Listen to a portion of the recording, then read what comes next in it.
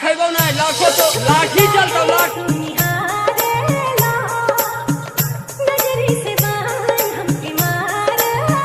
हमारे विरोधियों से अनुरोध है, कृपया वो पानी पी ले।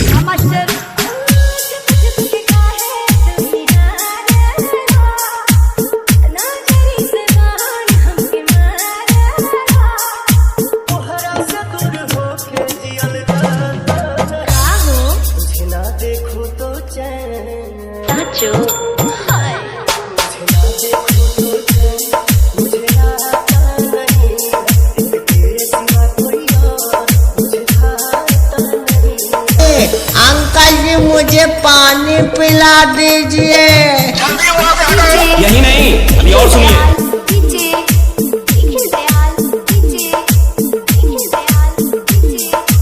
सुनो, याद में तू, ख्वाब में तू, सांस में तू, हमारा हर एहसास में तू।